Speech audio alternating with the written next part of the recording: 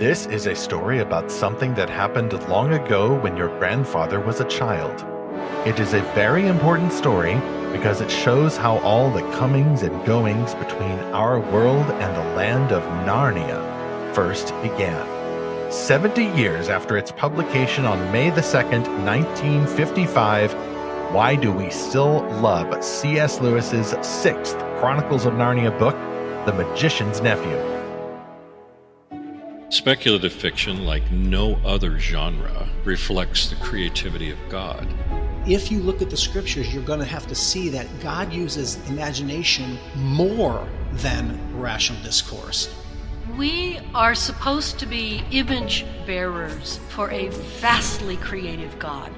Reading fantastical fiction opened a portal in my imagination for a place other than just a materialistic world. I experienced the gospel story with the mind of someone who loved adventure and loved the idea of light conquering darkness. We're wired for stories that reflect how we see the world in ways that are true. The story is either pointing to Christ or it's pointing to our need for Christ. Don't touch that humming sound. It could be a tray of suspicious magic rings. This is Fantastical Truth, the podcast from Lorehaven.com, whose mission is to explore fantastical stories for God's glory. I'm Stephen, the Stephen Burnett. I published Lorehaven.com. I also wrote a science fiction adventure novel that launched just a couple of months ago called Above the Circle of Earth from Enclave Publishing. And I'm Zackary Russell, so make your choice, adventurous stranger. Strike the notification bell and bid the danger, or wonder till it drives you mad. What would have played on this podcast if you had? And this is episode 261, Why Do We Love the Magician's Nephew? You'll notice I took a side in a war you might not even know about, faithful listener behind the scenes. I said this is book 6 of the Chronicles of Narnia. Your set may vary. In fact, Zach, I saw earlier today, the Narnia publisher, HarperCollins, I believe it was, had announced a new omnibus collection of the Chronicles of Narnia with a glorious illustration of Aslan on the cover, an inside map, equally glorious, painted page edges, all the rest of it. And Zach, I already have 2 full sets of the Chronicles of Narnia, with the exception of the Lion, the Witch, and the Wardrobe, which decayed away into perhaps dust from another world. I don't know why that's no longer part of my set, but it's not there. The Voyage of the Dawn Treader looks like it actually went overboard, and yet it's mainly holding together. So why do I need another set of the Chronicles of Narnia? Well, because it exists, and I look forward to getting that omnibus edition because it's glorious, and that's one reason why we love Narnia and The Magician's Nephew. They're just full of glories to be discovered and rediscovered. Well, and it has a big, beautiful color map in it, so I'm getting one. Well, as this episode releases, by the way, I'm ready to leap into another world. I'm back on the road now with a book tour for Above the Circle of Earth, which leads to our mission update, top of the show.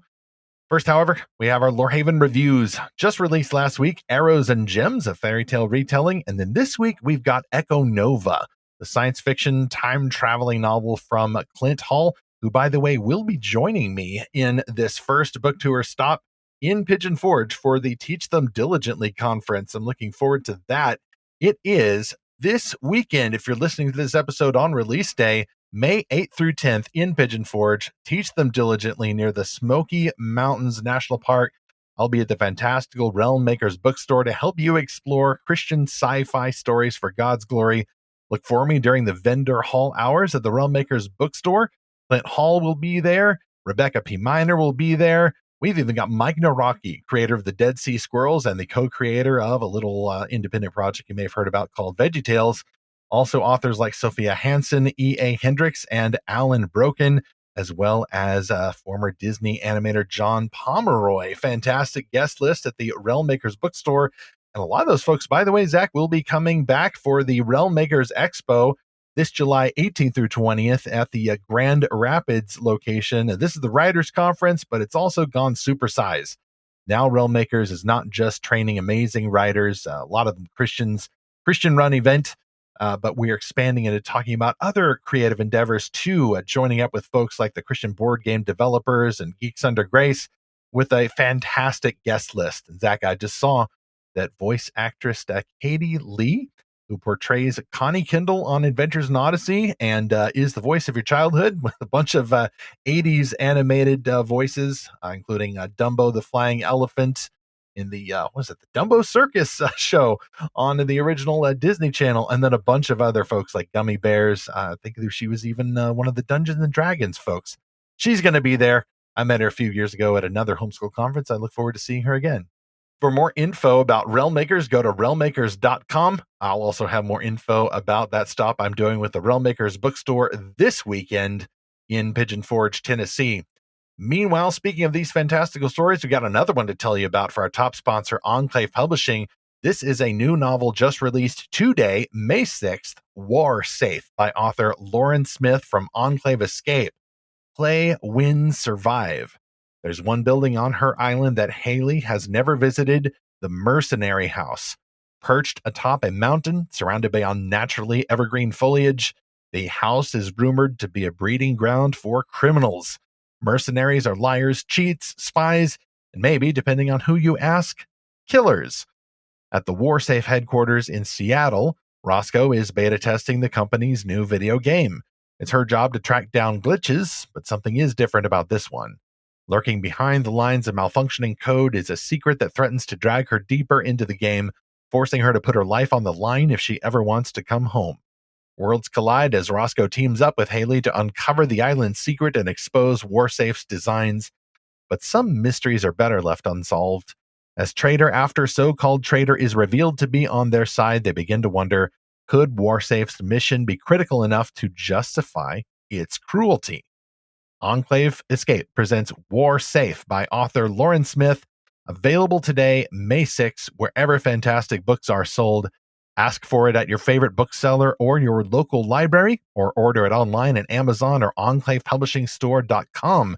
It'll also be an audiobook available from Oasis Audio. Let's talk about The Magician's Nephew now. First off, a few quick updates about that film version coming from Netflix director Greta Gerwig. Yes, her of the maybe cast Aslan as a female actress fame? Well, I saw a fan theory, Zach, that I would like to convince me. It's the idea that that news was leaked in order to, in so many words, talk past the sale. In other words, they may be planning some other less controversial change, such as, for example, the rumors that Diggory will be portrayed by a young man of a half white, half Indian descent. You could maybe justify that from a throwaway line in the book, the idea that Diggory's father is away in India. So maybe that's something they actually planned. And so when it turns out that no, Meryl Streep will not be voicing the great lion, king of beasts, son of the emperor beyond the sea, Aslan, maybe that news turns out to be false. And then everyone breathes a sigh of relief and is okay with the actual news that they were planning all along. That was a fan theory I saw. Pieces of it occurred to me. I forget who I need to attribute for that, but I think that's an interesting theory. Hope that it plays out. It also just seems like a kind of a slightly shady way to kick around the fans. I don't like being treated that way. Just be honest about what you're doing. They did announce that an actress will be portraying the White Witch. I have no idea who this person is, but I took a look at her and went, yep, she looks like she could do it. So I need to go look and see if I can see clips of this person. Her name escapes me right now, Emma something. I need to get those links in the show notes. But it does seem then that this witch is not yet white. It is Jadis, a queen who comes from a land called Charn, as introduced in The Magician's Nephew, which almost certainly will be the movie that they're adapting. It's not been official, but everybody kind of knows it by now, given the idea that the witch has been cast. They're not remaking The Lion, the Witch, and Wardrobe. They're pretty clearly doing The Magician's Nephew, which I recently re-enjoyed, by the way, thanks to Sir Kenneth Branagh's narration with the audiobook that was made a few years ago. I got the omnibus edition of all 7 Narnia Chronicles. They're out of order, so I have to skip back and forth. But I love The Magician's Nephew. I mean, I love them all. You can't choose a favorite. Please don't. Each Narnian tale is unique, and yet I would say The Magician's Nephew is unique because, unlike the other stories, I think The Magician's Nephew feels more modern-ish.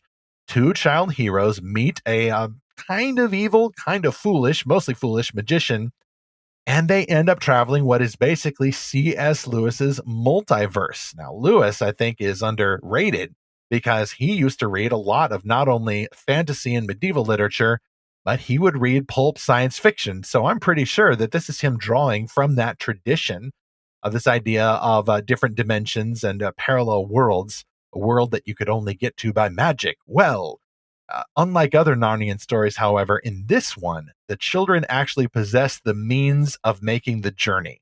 As I mentioned at the top of the show, you can touch a magic ring, and then, hey presto, you are transported through this kind of whirling vortex into the wood between the worlds, where you have your selection of puddles to jump into. And if you're wearing the right sort of other ring, you can just warp yourself into these other worlds. It almost feels non-Narnian, but it is totally in canon. This is C.S. Lewis. In fact, I saw trivia from NarniaWeb not too long ago that actually Magician's Nephew was the final story that Lewis finished, even though chronologically everyone agrees the last battle comes last. For the magic in Magician's Nephew, there are rules for its origin and its use, which makes this one feel a little bit more grown up somehow. I think it's just because Diggory and Polly have a little more agency here, and yet Aslan, as we'll see, is still the absolute star, the heart of Narnia. And there's a deep meaning to this story. And we are going to talk spoilers in this episode. It'll be kind of a quick hits version of The Magician's Nephew, though, so might be worth a read if you're a little rusty on that story. By the way, as I mentioned at the top, I do argue that this is book 6 of the series. Yes, my edition, one of them anyway, you flip to the inside cover and it says, yes, this was book 6, but Professor Lewis wanted them read in chronological order, not publication order. That is a dubious claim. All right, you can send your letters and argue, but I do think that that was a throwaway line that Lewis wrote to a child in his letter. Unless someone has some inside track from Lewis directly, that doesn't really come from his own materials. He never wrote to the publisher, as far as I know, and said, hey, you ought to do it this way, actually.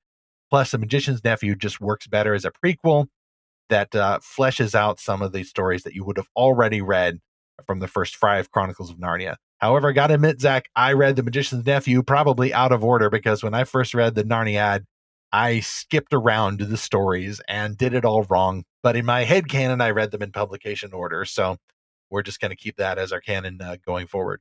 I don't think it matters. I think read them in whatever order you want, listener. So it's not like you have to read them all 7 at once. I actually, like I said, I re-listened to The Magician's Nephew. I didn't listen to the first 5. I wanted to get to this one because I was thinking about it. Folks were talking about it. And frankly, I wanted to hear Sir Kenneth Branagh's Aslan voice, and he does a terrific job. I do think it's my favorite of all 7, and I'll tell you why. It's the one story that has the most crossover from Narnia or the other worlds into London. That's true. Because, I always say Jadis, I guess because of the movie. Jadis or Jadis, I think it can go either way. I don't think that's a matter of canon pronunciation either. Yeah, but Jadis comes into the real world, into Diggory and Polly's normal world, which I love that for so many reasons. I mean, first of all, it's like this frozen villain in like time that's unleashed, and there's so many cool elements to that. But it also really shows that it wasn't just their imagination when they took these rings and went through all these portals, that these are real places, because with The Lion, the Witch, and the Wardrobe, you get to the end, it's like, oh, was it all just a dream? Was it all just make believe? Did any of it really happen? And because they can't go back, and so was it real? And you kind of doubt yourself a little bit because they're children again. So yes, it really did happen, but there's still that little seed of doubt. With Magician's Nephew, it's like there's no doubt at all. Like, she causes a catastrophe in London. Like, this is all real. Not only that, but it's rather comical and yet dangerous at the same time when you read the book. I was laughing out loud at content that I have known about for decades of my life. It's Branagh's delivery, to be sure, but because it had been a few years since I listened or read to the book, somehow a lot of these elements just hit me afresh. And so I got to enjoy it, even though I knew exactly what was coming, sometimes in the very next line of dialogue in the story. Why do we love The Magician's Nephew? Chapter 1. First of all, I would say that at the heart of the story is something that we especially love. It is Diggory Kirk's fall and redemption. So, spoiler alert, Diggory Kirk is the Professor Kirk of The Lion, the Witch, and the Wardrobe. A fact that is, by the way, more meaningful if you've already read The Lion, the Witch, and the Wardrobe. Otherwise, it's no surprise at all. It's just a linear development. I like going back and seeing the stuff that is now more meaningful because the magician's nephew fills this in. This is his backstory. Readers can now go, oh, that's how the professor knew what Narnia was. Oh, that's why the professor had the wardrobe. Oh, that's why he did such and such. It now makes sense. And there's a sense of revelation there you can't get if you read them chronological, but that's another podcast topic there. I just want to jump in and disagree. I think you actually have more tension if you read Magician's Nephew first, because you don't know what's going to happen. Like if you've already read Lion, Witch, and Wardrobe, then you already know what's going to happen with the end of Magician's Nephew. Like Diggory's going to survive, and the witch is, not going to be defeated, and Aslan will also survive. But like, I don't know. Everyone says, "Oh, read Lion Witch first because you don't know what's going to happen with Aslan or the White Witch." But I feel like you could go either way with that argument, though. So you might get some tension and circumvent the prequel problem, right? Of that some people have plot armor. I don't think that's necessarily true, because most books, you're not in actual doubt about whether or not the main character will survive. It's just a question of how he will do it and what he will learn along the way. What is his character arc? It's not a matter of life or death. That's why, by the way, aspiring authors, do not write in your back covers, will he survive such and such a test or trial? No, just ask me why or how he will survive. It's more a matter of why or how, not a matter of whether. So we know Diggory's got plot armor. We don't know maybe whether the witch has plot armor. I think the story takes on a greater depth of myth. It's more about the mythology of it and the feel of it, not so much whether someone lives or dies. Also, in the Lion, Witch, and Wardrobe, there is a line which says, when the name Aslan is first mentioned, it says that none of the children knew who Aslan was any more than you do. The impact of that line is lost. I think that may actually be a Glumpuddle from Narnia Web argument there, if I remember correctly. The impact of that line is lost if you already know who Aslan is from The Magician's Nephew. But this is a non-salvific issue. I think in either case, we love Diggory's fall and redemption story. And I would contend that of all Lewis's child heroes, Diggory, Kirk, comes the closest to being a self-insert. There's a lot about Diggory's story that, if you're familiar with Lewis's biography, rhymes.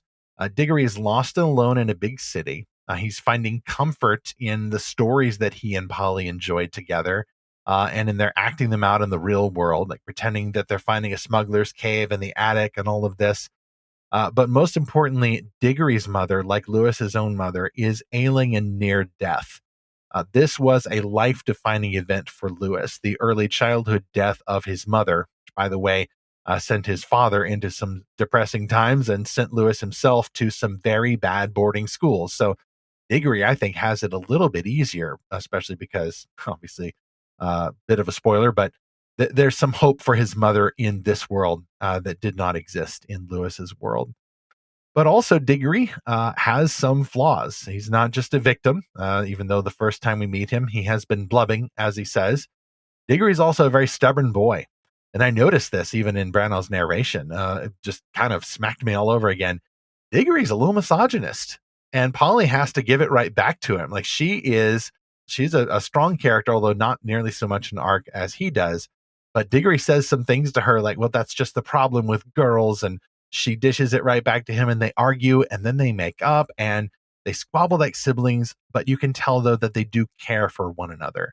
And Diggory's problem is not, oh, he needs to learn to respect women, and God forbid, Director Gerwig make that any more of the story than it is in the book. It's just a side moment in the book that shows really that Diggory is just stubborn. And Zach, you alluded at the top of the show to Diggory's most stubborn moment. His fateful choice, his curiosity gets away from him. His imagination becomes disordered. And I think one of the most realistic elements of the story is that he is somewhat genre aware. When he sees in this other world the temptation, which somehow immediately translates into readable English in his mind, make your choice, adventurous stranger, strike the bell and bid the danger, or wonder till it drives you mad. What would have happened if you had? And Diggory says, well, we've got to strike it now. That's the enchantment of it. And he gets all up into his own imagination. And as a result of him giving into this temptation, an evil enters not just our world, but eventually the newly created world of Narnia. And that opens up the quest of the story, that only by going into this certain other world can he find truth and confession, and he can make things right and experience healing. That is the heart of this story. And it really does, like, if you were to read it first, I think it would set a wonderful template for what to expect across the rest of the Chronicles of Narnia. This story of fallenness and redemption, and magic, and the centrality of Aslan that I'll talk about in the next chapter. So many great moments with Diggory because, yeah, he's not a perfect character. Like, he's got his flaws, and yet he doesn't stay there either. It's very similar to what goes on with Eustace, although I think Eustace is a much more disagreeable kind of person. But he has a very big change arc in the same way that Edmund does. And this is what I love about all of Lewis's stories, is that none of the characters get off easy. They aren't these perfect people, that they do change, and even Polly does too. So it's not just the boys that have to learn their lessons and whatnot. I love the way that they meet, though, and that they want to go exploring through this attic, and then they accidentally find Uncle Andrew's study, because they've kind of miscounted how many steps there are from one door to another in this sort of townhouse apartment complex thing, and they find these like little secret passageways. I'd love all of that, And Stephen, I think this book, I'm actually been trying to think back if I did read this as a kid, because I think it was a number of books that I read very early that I just don't remember very well. But there's a couple of things in the story that make me think I did, which is the deplorable word, which I'll get to in a little while.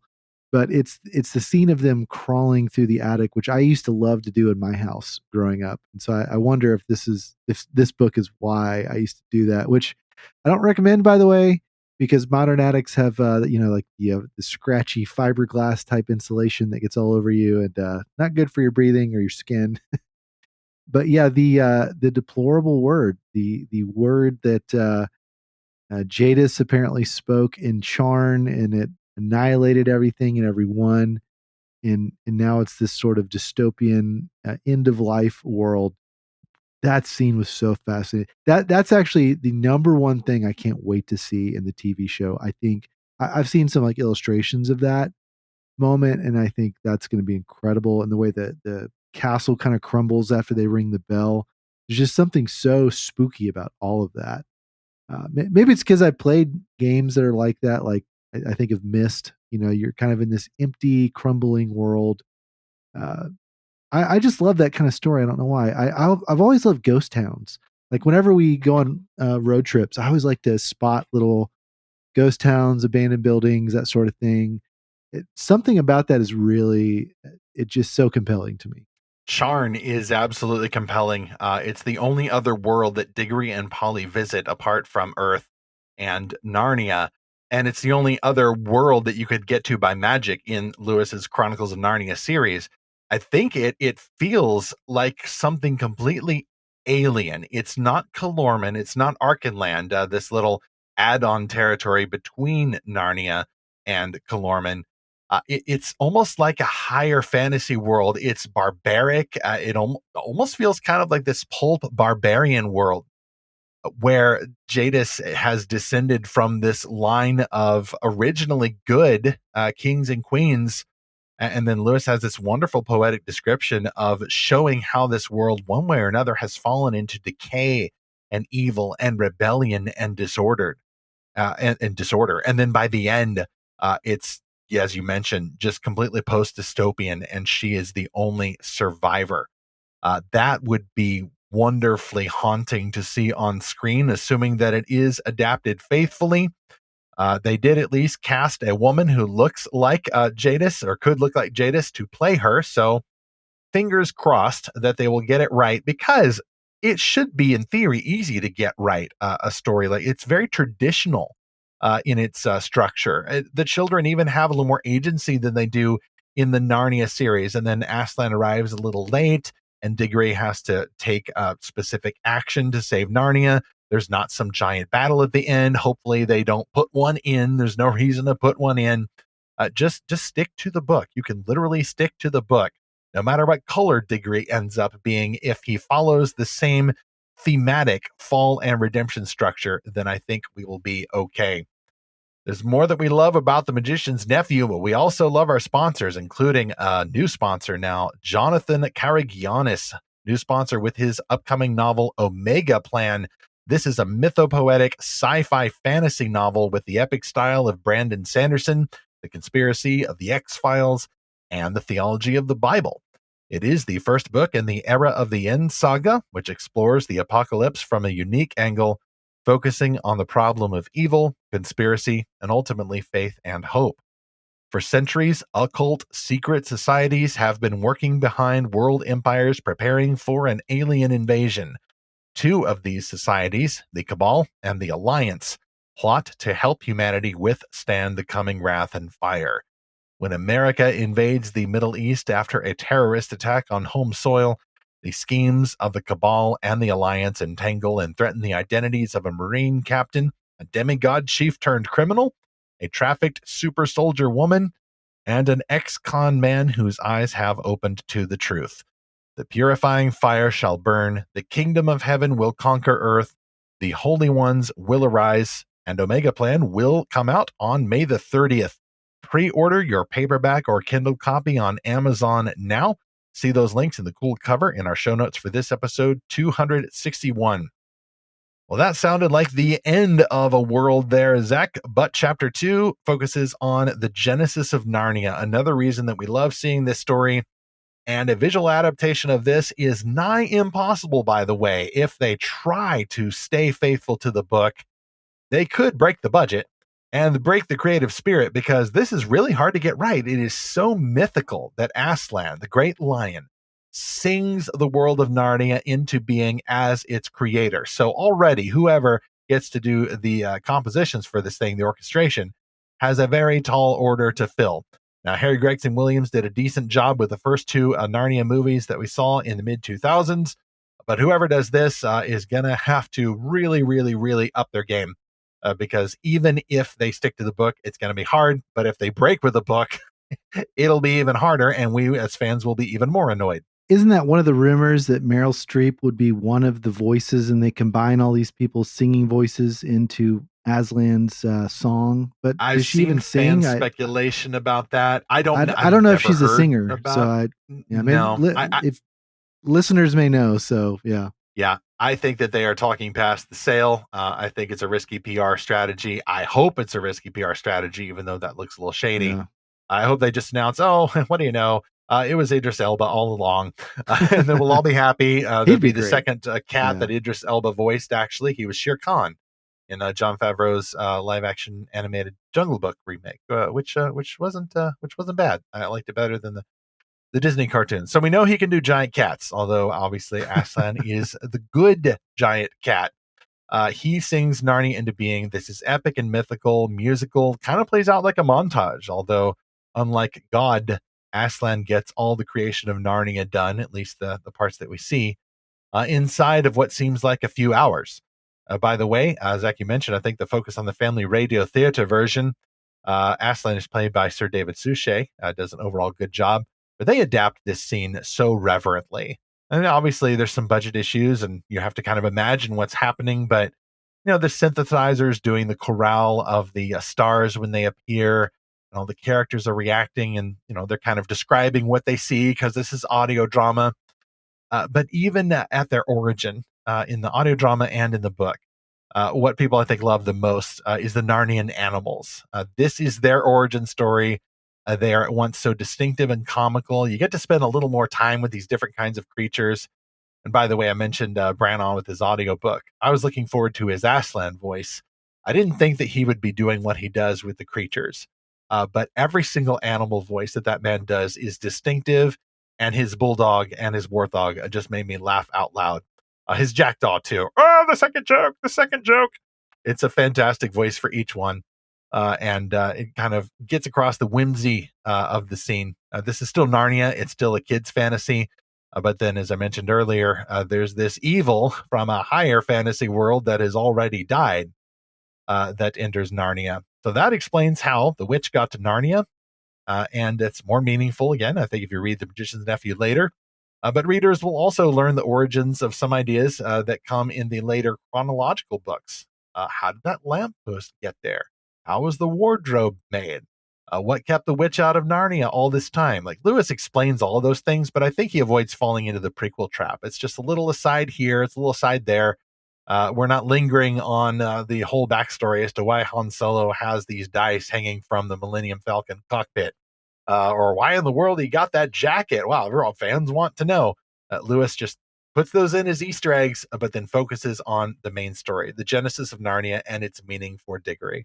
I know we've already done an episode on this whole casting rumor thing, but the guy that plays the servant of the nothing, the werewolf called Gomork in the Neverending Story, Alan Oppenheimer, which I'm not sure if he's still alive or not, but man, that the voice of that wolf, that whatever you want to call it, this like Black Panther type thing, that was so scary when I was a kid, and I think there has to be something of that in the voice of Aslan to make you unsure of what's going to happen, because it's a lion. I mean, for crying out loud, it's usually not something you want to run across in the wilderness. So I don't know of who they have in mind. Boy, this guy was born in 1930, so if he's still alive, he's probably it may not be working he's anymore. Had fruit from the land of youth if he's still alive, unlike the other more famous Oppenheimer.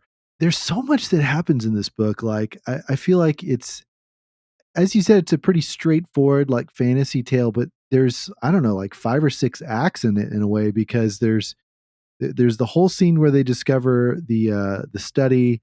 Then there's the visit to Charn. I mean, in between that, it's like figuring out the wood between the worlds. There's Jadis back in London. There's the founding of Narnia. There's this adventure to find the silver apple. There's coming back to London. And then there's, again, just so many things in between that it's very much like a road trip fantasy type story where it's just go, go, go. And it's not a long book. I forget how it compares to the other books, but it's not very long.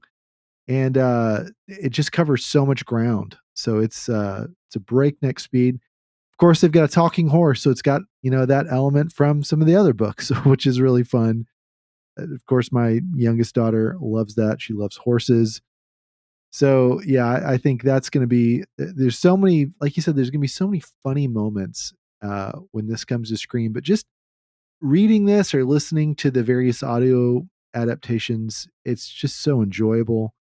I read this to my kids and tried to do the voices the best I could, because there's so many different types of characters, but it's really got so much heart to it. It's really about Diggory trying to save his mother from this chronic illness that's really disrupted everything in their lives. That's a heavy story for a kid, right? You think of a lot of kids don't really have to deal with this sort of thing. They might have a chronically ill sibling or maybe grandparent or other relative. Not many kids have to deal with basically a dying parent with the other parent gone, and then being raised by not a very good aunt and uncle, and not really knowing what's going to happen to the rest of your life. So it's a very morally and emotionally complex story for Diggory, and you can see why he acts out. You can see why he's got kind of this bad attitude towards everyone. His life has really been shattered, and so Aslan just very gently puts it back together for him, which we'll talk about more in the next chapter. But, it really is Diggory's story of going through all that. Polly's an important character. Strawberry the horse, Jadis, everyone's important, but it's really about Diggory's journey of coming to terms with what's happening in his family. I will say that I think a film adaptation would have some flexibility with fleshing out Polly's story a little bit more. She is great, but she is mainly along for the ride because this is Diggory's quest chiefly. I would love to know, what was she thinking? What was she learning? What were her character flaws that she needed to work her way through? How did she grow through this story? It's perfectly acceptable to flesh that out a little bit for an adaptation and not be defying the book. So scriptwriters with Netflix or wherever, I really hope that that is something that they're taking on, although obviously not swapping Diggory's more important story for any secondary story that they make up. By the way, faithful readers of The Magician's Nephew will be able to answer this question. How does Aslan create the Narnian creatures? And the answer is, of course, they burst out of the earth, which reminds me of our third sponsor, new to the show, Earthburst. First in a science fiction adventure trilogy by Dan Magill, Earthburst. Born to a warrior culture gifted with energy projection abilities, Aaron's sole ambition is to battle deceivers in service of the patrons. But when his talents attract attention from both sides of the conflict, he learns that he is the one who has been deceived. Now, to set things right, he must leave his home and take on an interstellar empire. And as he forges new allies and learns his own limits, this one boy's quest for truth will reverberate across his planet and change the balance of power in the galaxy forever. Earthburst by Dan Magill is the first in a science fiction adventure trilogy. All 3 books are available now on Amazon and Audible. To learn more, visit Magill.com. That is spelled Megill.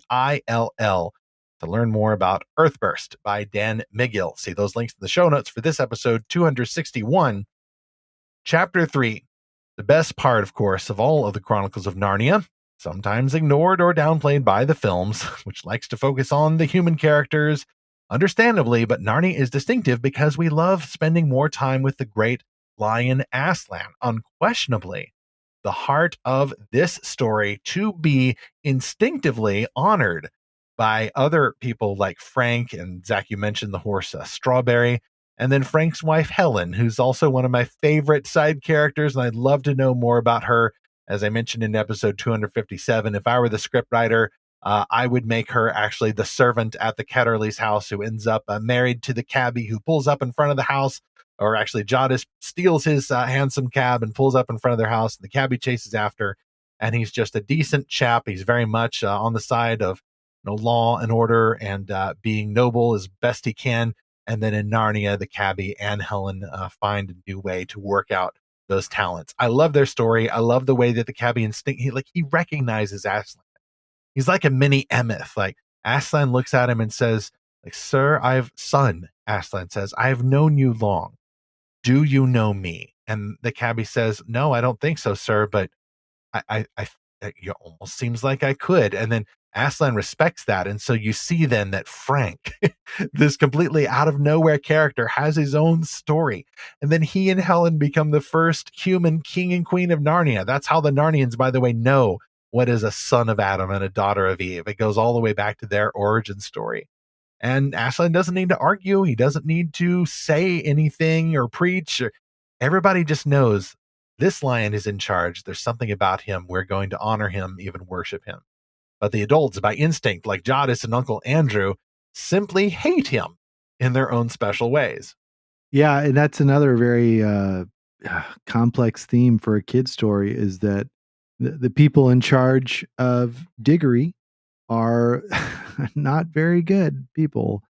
And so he's having to deal with not only the absence of his father and the effective absence of his mother, but the kind of the horrible presence of Andrew. And then Jadis, of course, comes in and just takes that and escalates that quite a bit.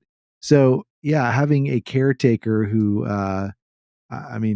basically manipulates him and in a sense abuses him, because sends him to this unknown world. He doesn't even know what's going to happen. I mean, he's using him in place of a lab rat or right. Absolutely. Yeah. So basically experimenting on him. I mean, that's it's crazy, right? But so I think Lewis was really wise to put kind of these ordinary people like Frank and Helen in there that are just like, hey, not all adults are bad. Yes, some of them are bad, and it's really terrible when it's the adult in charge of you. But it doesn't mean that, this isn't a book where it's like all children are good and all adults are evil. It's not as simplistic as that.